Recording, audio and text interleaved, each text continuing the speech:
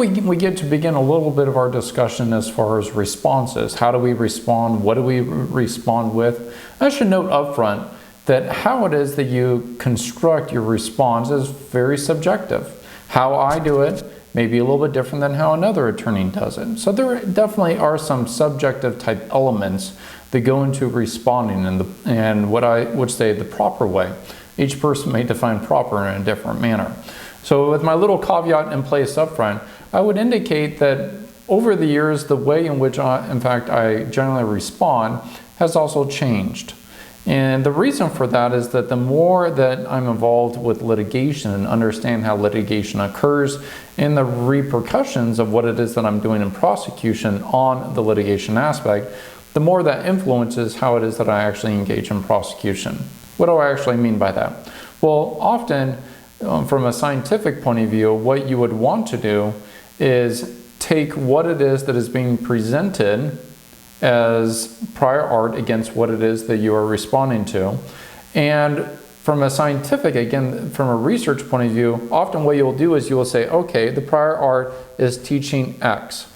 And then you have your claim and you synthesize and say, well, this claim is teaching Y, and Y is not X. And so it's a comparison, it's a distilling of the material into a very succinct statement, and it's a distilling of the claim into a succinct statement, and you're saying X is not Y.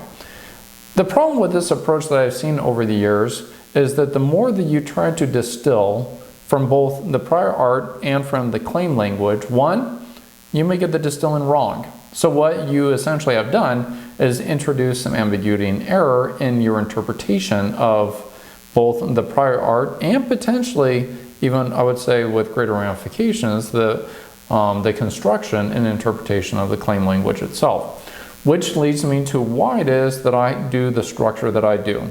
And the best way to do this, I think, would be for you to go ahead and open the textbook. I'm under the segment 312 section.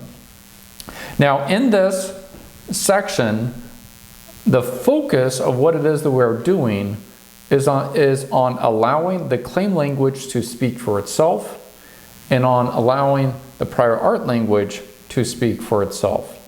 So in other words, rather than going in and saying, well, it's obvious that the prior art is teaching X, and rather than going in and saying, well, the claim language here is teaching Y, what you're simply doing is not distilling at all. All you're doing is saying the prior art with the quotation is not teaching claim language with quotation. So there's no distilling going on. And one of the reasons for that is that during the prosecution process, any way in which you interpret the claim language may potentially limit or construe the construction of the claim language later on when it actually is litigated. So if you're going through your claim and you're saying, well, my claim here is teaching a bicycle, and obviously the claim must include some feature for changing gears. But let's assume that the feature for changing gears is not explicitly in the claim. Well, what you have done is that by your construction of saying that it must inherently include, you in essence now have a claim set that must include that specific element. And so the more that you try to construe your claim language, the more potentially the risk is that you will limit or potentially insert additional limitations into the claim set. With that in mind, let's take a look again at the skeleton framework. I'm in section 312. Now you see that about halfway down the page, about 2/3, I say the following framework is a template I recommend you start with. So let's go ahead and read this through together, and then I'll explain why it is that I recommend doing this. First off, we say the examiner has rejected claims under 35 U.S.C. 102, and again, it could be 102, it could be 103. The manner in which it's being rejected is not what's important at this stage right now. The skeleton framework is what's important. As being anticipated by, that is the test for 102. Under 103, it would have said as being obvious by, and then you actually put in the publication that's relied upon. And then you include the phrase, applicant respectfully disagrees with such rejection, especially in view of the amendments made here and above to each of the independent claims. Now, I would note two things about this paragraph. All that this is doing, it's the introduction to the argument, or rather it's the introduction to the rejection. What you're saying is that the examiner here has rejected claims 1 through 10. And the examiner, in order to reject claims 1 through 10, is relying on, let's say, reference number 1. I know it's not very novel, but the examiner is simply relying on reference number 1. That is all that's going on here. So what this essentially is plug and play. You put in the claims that were rejected, and you put in the reference that is being used for the rejection.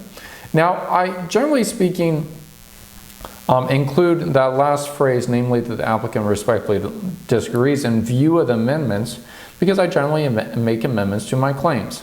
Now, in some instances, the examiner is simply off, where they are putting forth a prior art that is not applicable to the claim language, or perhaps misses the mark, or rather the examiner may be misinterpreting the prior art and what he thinks or she thinks is actually being taught there. So there are instances where we do not make amendments to the claims. But usually in that type of instance, what I do first actually is call the examiner. I say, hey examiner, just want to make sure we're on the same page. You have relied upon this reference, but let's go through the reference together, and it's not teaching what it is that the claim language here is actually claiming. And so usually to sometimes appease the examiner or to assist, and this is the phrase that you hear more frequently, and that is to assist with moving along the prosecution, what you may do is still make amendments to the claim. Not necessarily for purposes of adding in additional limitations, but just for purposes of making clarification to what was already claimed there. And those clarification amendments may still assist with focusing in on what really is the key difference. So more often than not, I do make amendments to my claims, but it's one, because the amendments themselves may be necessary, or two, is to make clarifications even if the prior art is not explicitly teaching it. And also, I would say the third reason why I do it is actually to send a signal to the examiner. There are some applicants that will simply stick to their guns, and they will fight all the way into the death. And the examiners are used to working with people like that. And so if you come back and simply say, I'm not making any amendments, I'm not doing any of that, I'm going to fight you to the death, well, to a certain extent, that sends the signal to them, oh, this is one of those cases. Well, I guess that means I have to stick to my guns now. And so it creates almost a little bit more confrontation. I found that if you get the examiner on the line and you're willing to make amendments to help move the case along, more often than not, it really does help move it along. So that very first paragraph there is no more than just an introduction. The second one, it says, specifically, applicant has amended the pending claims. So now we simply copy and paste the claims that have been amended. The next paragraph says, with respect to the independent claims. So again, we start with the introduction of what is the basis for the rejection. We say, well, this rejection is no longer applicable because we've amended. And then we put the amended claim in there. And then we come back to the start of our argument section. And you might be saying, well, didn't we already start our argument section? Well, not exactly. We started our 102 section or our 103 section, and that was just essentially our introduction, setting the foundation, making sure everyone's on the same page. Now we get into the actual argument section. And the argument section here says, with respect to the independent claims, the examiner has relied on, so now we're not just simply saying the examiner relies generally on reference 1. We now say, well, the examiner is relying on paragraph 5. Or page 3, column 3, lines 3 through 5. So it's a very specific, in the office action rejection, the examiner will state each limitation of your claim and then will provide a specific part of the reference that is being relied upon to reject that exact limitation. And that is what this is going on here. So now we decide which of our limitations in the claim set are worth arguing. And we take that limitation and we say, oh, the examiner here is relying on paragraph 5. So you come to your template and you say the examiner has relied on paragraph 5 from reference 1 to make a prior art showing of applicant's claim technique. And then you simply quote verbatim the claim language as amended right here. Now when I say the claim language, I mean just the specific limitation. We have already recited the claim as amended, so now we are just including the subset limitation that is the focus of our argument now. And okay, so that is just the introduction to our argument section, namely setting the stage of examiners relying on paragraph 5 from reference 1 to teach, and then we simply quote our claim language. Again, the claim language limitation. That just sets the stage. Now what we do is we then say, applicant respectfully notes that the reference 1 reference as relied upon the examiner discloses. Now for this section, all that we're doing is taking the exact language from the reference that is being relied upon by the examiner. So if the examiner is relying on paragraph 5, that is what we would replicate right here. We would in fact include paragraph 5. And often what I do in paragraph 5 is I will underline sections of paragraph 5 that are especially relevant to show whether or not that particular reference is teaching, or more appropriately, usually, not teaching the claim language as amended. Does that make sense? So we want to make sure that what is going on here is that we are simply putting forth the exact material, the exact basis the examiner is relying on to reject that particular limitation. Now, I would give one caution here. Let's say the examiner only says, well, paragraph 5 is being relied upon. We do not want to necessarily only restrict our review of the prior art just to the particular limitation that or rather the particular reliance from the prior art that the examiner is relying upon. So if the examiner is relied only on paragraph 5, obviously we should probably include paragraph 5 here, especially if that is the basis for showing how it is that our claim language is different or distinguished. Now, but that being said, you should still do a review of the entire prior art. Let's assume that we go into paragraph 4 or paragraph 6, and it makes our point even more clear. Or let's assume, worst case scenario, that in paragraph 30, yes, the examiner didn't quite get it in paragraph 5, but in paragraph 30 later on, actually that prior art does teach exactly our claim language. Well, if we only focus exclusively on paragraph 5, we've just shot ourselves in the foot. Because the examiner will come back the next round and say, you know what, my bad. Paragraph 5 doesn't teach it, but paragraph 30 does. So you want to make sure that you review the prior art as a whole to make sure that you're not overlooking anything that potentially you should be accounting for here. So all that we're doing in this next section is simply stating verbatim what it is. In essence, it's a citation from the prior art. So you put that citation, that excerpt from the prior art directly in here. And again, sometimes I will go ahead and add emphasis. I will underline it or add some emphasis so it's very clear what it is that I'm trying to draw out. So again, to kind of recap what we're doing, we have an introduction of what the examiner is relying on, the limitation that we are arguing.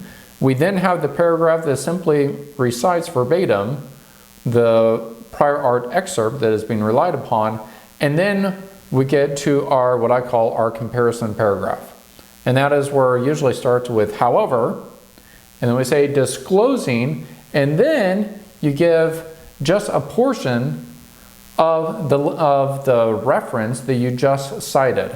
So if let's assume that in our excerpt that we just provided, we include paragraphs 5, 6, and 7.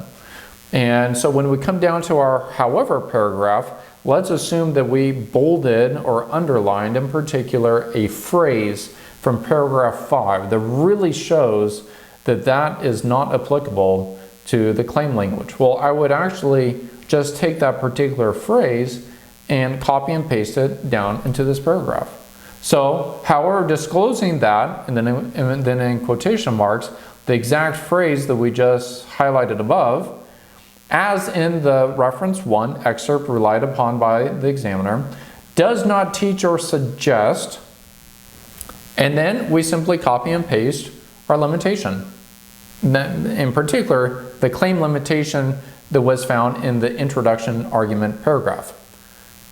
And what we do in that, when we copy and paste that, we underline the particular parts of the claim that is not being taught by the prior art reference excerpt that we have, in fact, specifically put on here. So let's take one step back. What this fundamentally comes down to is, one, setting the stage foundation for what the examiner is relying on and what we are going to be arguing as far as our claim limitation. The next paragraph comes along, and all that we do is include the exact language from the prior art reference. The comparison paragraph then follows and simply says, however, teaching, and then you include exact language from the excerpt that was just relied upon from the reference 1 excerpt, or from the reference 1 itself as relied upon by the examiner, does not teach or suggest, and then you include in quotation marks the exact claim language that you included in your introduction paragraph. So if in our introduction paragraph, let's say that we are going to be arguing claim limitation 3, and let's just assume that there's a third part in our claim, then in our however comparison paragraph, you would include the claim limitation 3. And you would say that the prior art does not teach or suggest, and then quote verbatim the claim language. Now, the beauty of this approach is, one, it is very straightforward. And what I mean by that, it's straightforward in that when I start doing an office action response, I can copy and paste things very quickly, and I can make my emphasis very quickly to show what it is I'm driving at is the clear distinguishing mark as far as comparing the prior art to the claim language. The other reason why I really like this approach is you will notice we are not distilling the claim language and we are not distilling the prior art. So what that means is that we allow the language itself to speak for itself. This will avoid any issues with prosecution history estoppel later on, namely that additional limitations or interpretations are not being inherently contained within the arguments themselves. So following this type of approach, I recommend this approach starting out because it will keep any prosecution history estoppel down, arguments down, meaning that there will not be implications of such. And two, it gives you a very straightforward framework where you can see the flow. So the skeleton framework that we have here, all that we've done is going back to the very beginning, we have stated what claims are being rejected by which reference, and we simply say we respectfully disagree with that rejection and view in the amendments. We then copy and paste over the amendments. And then we go into the actual claim limitation argument section where we say with respect to the independent claims the examiner has relied on, and now we're not just relying on the reference itself, we're relying on particular elements, excerpts, paragraphs from the reference that the examiner is actually relying upon and which are noted in the office action rejection. And you say that the examiner is relying on this to teach, and then you have your exact claim language that supposedly is being taught, or at least that is the basis of the argument by the examiner, and then you reproduce, copy and paste over the exact language from the prior art so that you have a basis saying, you know, it's not just my opinion here, this is exactly what it is that the prior art is stating.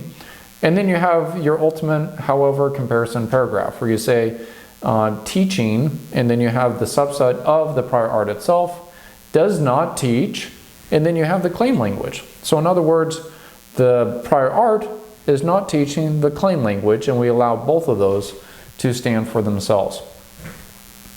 So I would indicate that you should go through and become very familiar with this type of structure and flow. You will use this in the clinic.